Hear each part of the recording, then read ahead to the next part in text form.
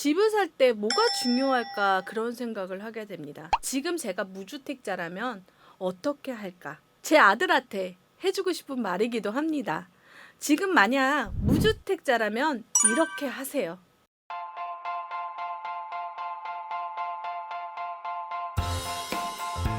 무주택자분들의 착각하는 게 있어요.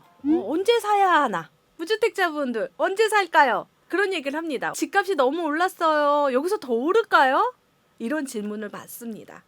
사실 제가 이렇게 부동산을 투자하면서 한 곱이 한 곱이 올랐던 적도 있고 떨어졌던 점도 있었는데, 오를 때는 항상 내가 예전 과거에 가격을 생각했더니 너무 오른 것 같은 거예요. 그런데 반면에 다른 투자자는 이 물건이 싸 보이는 거예요. 저렴해 보이는 거죠. 다른 지역에 저평가되어 있다라고 생각하는 거죠. 현장에서는 온도 차이가 엄청납니다.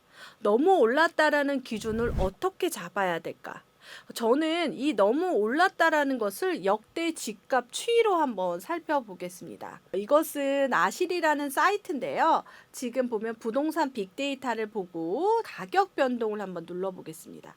이 가격 변동을 크게 보면은 지금 강남구인데요. 지금 살고 있는 곳이 노원구라고 하면 노원구를 한번 보겠습니다. 전세는 지워버리고 매매를 보게 되는데요. 지금 2006년부터 이렇게 나와 있는데 집값이 상승하는 거가 있고 하락했던 지점이 있어요. 여기서 보면은 하락했던 부분이 있어요. 그리고 쭉 하락했다가 올랐다가 정체했다가 오르고. 만약에 여러분 내가 여기서 샀던 거예요. 나 꼭지야 하고 울었는데 여기서 지금 2008년도에 그런 일이 있고 2018년도 이쯤에 지금 가격이 비슷해져서 10년 동안 집값이 변동이 없다가 갑자기 이렇게 상승하게 되는 거죠. 그러면 이때 사면 되겠네요 라고 생각을 하지만 아니야, 이때 바닥 14년도에 바닥에 사면 얼마나 좋을까 라는 생각을 하게 됩니다. 사실 제가 무주택자 때 뭐 이런 거를 보지를 않고 집을 샀기 때문에 정확하게 말씀을 못 드리지만 그런 건 있어요. 타이밍을 잡기는 어렵습니다. 특히 무주택자 같은 경우에는요. 예를 들어서 무주택자는 신생아라고 생각하면 고기 맛을 알까요? 뭐 소고기, 돼지고기, 닭고기가 있는데 그것을 맛을 구별하기가 조금 어렵잖아요. 그리고 취향도 있고. 그러니까 타이밍을 맞춘다는 건 정말 무주택자는 불가능. 그러면 누가 타이밍을 잡냐? 제가 타이밍을 잡는 거죠. 투자자. 투기꾼이라고도 부르기도 하는데 어떤 얘기냐면 부동산 시장에서 계속해서 모니터링을 하고 공부를 하다 보면 그 타이밍을 잡을 수 있지, 무턱대고 공부 안 하고 있는 무주택자 같은 경우에는 타이밍을 잡기 어렵다라는 겁니다. 떨어지면 사겠다. 제가 단언컨대 말씀드리면 여러분 떨어질 때 절대 안 삽니다. 더 떨어질까 봐. 이 매매가 같은 경우에는 지금 집값이 보합 상태고 떨어진 것보다는 뭐 집값이 오른다. 그리고 내가 사러 갔는데 누가 계약을 했다. 이러면 더 돈을 내고 살 수밖에 없을지도 모릅니다. 전세값이라는 거 같은 경우는 또 어떨까? 한번 볼게요. 전세값은 말해 뭐해. 전세값은 쭉쭉쭉쭉 오르다가 여기 지금 이제 조금 정체됐다가 이렇게 올랐어요. 그래, 전세 나 여기 싸게 사고 있다가 지금 4년 지나고 안 샀으면 또 힘들어지는 거죠. 이게 전세값이라는 건요, 사용 가치이거든요. 사용 가치이기 때문에 이렇게 오를 수밖에 없어요. 근데 아까 매매를 봤더니 내가 매매를 사야 될까 전세를 살까 고민하실 것 같아요. 그래서 무주택자는 그 타이밍을 맞추기 어렵다. 언제 사야 돼요 그러면? 그런 얘기를 합니다. 끝까지 들어보세요. 제가 알려드릴게요. 그러면 무주택자분들은 청약을 기다린다고 해요. 제가 누굽니까? 청약의 신이죠. 근데 저한테 지금 질문을 할 때 집을 살까요? 청약을 할까요? 이렇게 질문하시면 집을 사세요! 라고 얘기를 할 겁니다. 이게 무슨 말이야? 청약의 신이면 청약 이거 해결해 줘야지. 청약의 신도 해결을 못하게 될 수도 있습니다. 왜? 청약이 나와야지. 분양이 나와야지. 분양 자체가 없는 거예요, 여러분. 그래서 지금 분양 자체가 없는 이유는 여러 가지가 있습니다. 서울 같은 경우에는 사실 분양가 상한제 그리고 재건축 재개발 자체, 그러니까 청약에 엄마 아빠가 없어요. 그래서 청약이 안 나오는 겁니다. 정말 청약이 나왔으면 좋겠습니다. 진짜. 그렇게 질문하면 집을 사세요라 하지만 청약을 밖에 기다리지 못하고 지금 종잣돈도 없고 매수할 수 있는 능력도 없다라고 하면 계속해서 청약을 도전해 보는 것도 방법입니다. 왜냐하면 청약에 나왔던 것들이 나중에 여러분들의 집이 될 수 있기 때문에 미리 공부한다라 생각하고 돈이 들지 않고 부동산 공부하는데 최고의 방법이 청약입니다. 분양을 공부해 보는 것도 좋은 거죠. 우리가 매일경제TV에서 계속해서 제가 청약의 신코너로 해서 그 전에 영상을 한번 쭉 보셔도 많은 도움이 되실 겁니다. 그리고 무주택자분 중에서 이런 분이 있어요. 돈을 다 마련해서 사겠다. 이것은 청약의 신코너를 보지 않았어요. 대출 5억짜리 얼마에 사는지 다 돈 계산 다 해드렸는데요. 만약에 20대인데 막 이런 생각 가지고 있으면 옛날이에요. 옛날 사람이에요. 5억이라는 집이 있으면 5억 다 마련하기 위해서는 뭐 뉴스 봤죠? 뭐 10년 동안 계속해서 돈을 모아야 된다라고 하잖아요. 절대 그럴 수가 없습니다. 돈을 다 마련해서 집을 사기는 정말 어려운 거죠.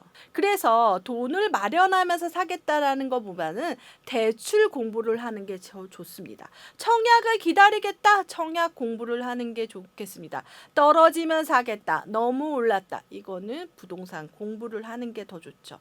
그렇지만 매매에 대한 고민을 하고 있으면 저는 하루라도 빨리 내 집 마련을 해서 부동산 시장에 들어오는 게 좋다.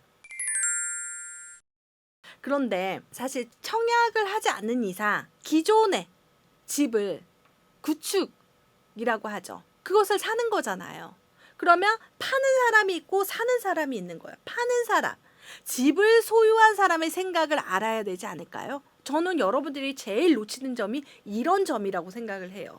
무주택자 같은 경우는 자기 생각만 하는 거죠. 인생을 살아갈 때 가장 중요한 건 역지사지라는 말이 있습니다. 저 반대편을 생각해야 되는 거죠.